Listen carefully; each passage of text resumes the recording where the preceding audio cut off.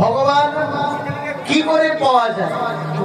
ভবা পাগলা বলেছিল ভগবান পাওয়া অনেক সোজা, একদম সহজ। কি করে বলে, ভগবান যদি তুমি পেতে চাও তবে মনটাকে সরল করতে হবে, নিগড় বিশ্বাস থাকতে হবে, ভক্তি থাকতে হবে, নয়নের জল থাকতে হবে।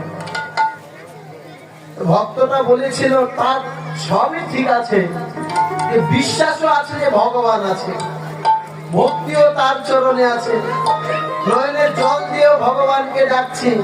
তো ঠাকুর আপনি যে বললেন মনটাকে সরল করতে হবে, এই জায়গাটা বুঝতে পারি।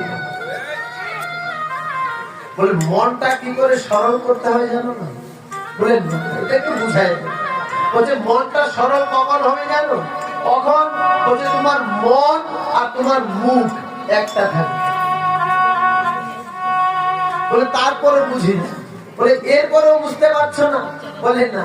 বলে মন মুখ এক রাখতে হবে, মনে এক কথা মুখে যেন আরেক কথা না হয়। মনে যেই কথা থাকবে মুখে যেন সেই কথাই থাকে।